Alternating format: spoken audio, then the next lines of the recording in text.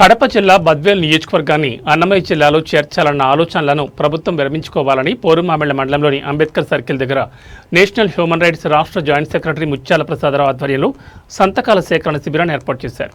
ఈ కార్యక్రమానికి YSRCP, CPI, CPM, national human rights, MRPS, దళిత సంఘాలు, ప్రజా సంఘాల నాయకులు మద్దతు పలికారు. ఈ సందర్భంగా వైఎస్ఆర్ కాంగ్రెస్ పార్టీ సీనియర్ నాయకులు, రాష్ట్ర పంచాయతీరాజ్ అండ్ రూరల్ డెవలప్మెంట్ ప్రభుత్వ మాజీ సలహాదారులు పోతిరెడ్డి నాగార్జునరెడ్డి మాట్లాడుతూ బద్వేలు నియోజకవర్గాన్ని రాజంపేట, అన్నమయ్య జిల్లాగా ప్రకటించేదానికి ప్రభుత్వం సిద్ధంగా ఉందని ఆయన అన్నారు. ఉమ్మడి ఆంధ్రప్రదేశ్ విభజించినప్పుడు 13 జిల్లాలుగా ఆంధ్రప్రదేశ్ ఏర్పాటు కావడం జరిగిందన్నారు.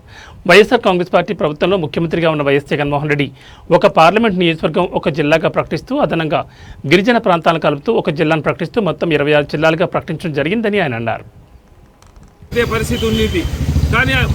అందరికీ నమస్కారం. ఈరోజు మన బద్వేల్ నియోజకవర్గాన్ని రాజంపేట, అన్నమయ్య జిల్లాలో కలిపేదానికి ప్రభుత్వం సిద్ధంగా ఉంది. రిపోర్ట్స్ కూడా పోయినాయి. మనకు భౌగోళికంగా చూసినా కూడా మనకు రాజంపేట అనేది స్వాతంత్రం వచ్చిన తర్వాత మొన్నటి వరకు సామాన్య ప్రజలు కూడా చాలా ఇబ్బంది పడ్డారు. ఎందుకంటే కలసపాటు నుంచి పోరుమామిళ్ళకు ఒక బస్సు, పోరుమామిళ్ళ నుంచి బద్వేలకు ఒక బస్సు, బద్వేల్ నుంచి బాక్రాపేటకు ఒక బస్సు, బాక్రాపేట నుంచి రాజంపేటకు ఒక బస్సు. కేసులు ఏ సివిల్ కేసులున్నా, ఏ క్రిమినల్ కేసులున్నా, మరి అదే ఆర్డీఓ ఆఫీసు పని ఉన్నా కూడా చాలా కష్టాలు పడే పరిస్థితి ఉంది. కానీ మళ్ళీ గత ప్రభుత్వంలో ముఖ్యమంత్రి జగన్మోహన్ రెడ్డి గారు ఎలక్షన్లకు ముందు చెప్పిన మాట ప్రకారం ఆర్డీఓ ఆఫీసులు కానీ, సబ్జెక్టు కోర్టు కానీ మళ్ళీ బద్వేల్లో తీసుకురావడం జరిగింది. ఈరోజు ప్రజలందరికీ కూడా అందుబాటులో ఉంది పరిపాలన. మరి ఈరోజు మనకు ఒక పక్క నెల్లూరు జిల్లా, ఒక పక్క ప్రకాశం జిల్లా, ఒక పక్క కర్నూలు జిల్లా, ఇవన్నీ ఉండి ఈ మధ్యలో భౌగోళికంగా కూడా మనం చూస్తే ఇది ఎక్కడో మనకు పక్క రాష్ట్రంలో ఉన్నట్టుగా మనకు అనిపిస్తుంది. కాబట్టి మొదటి నుంచి కూడా మనం 85 కిలోమీటర్లు, 90 కిలోమీటర్ల లోపు ఉండేది కడప జిల్లా అయితే దాదాపు 150 కిలోమీటర్లు రాజంపేట ఉంది.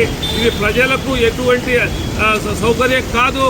భవిష్యత్ తరాల వారికి కూడా, మనమే కాదు భవిష్యత్ తరాల వారు పిల్లలు కూడా అందరికీ కూడా ఇబ్బంది కలుగుతుంది.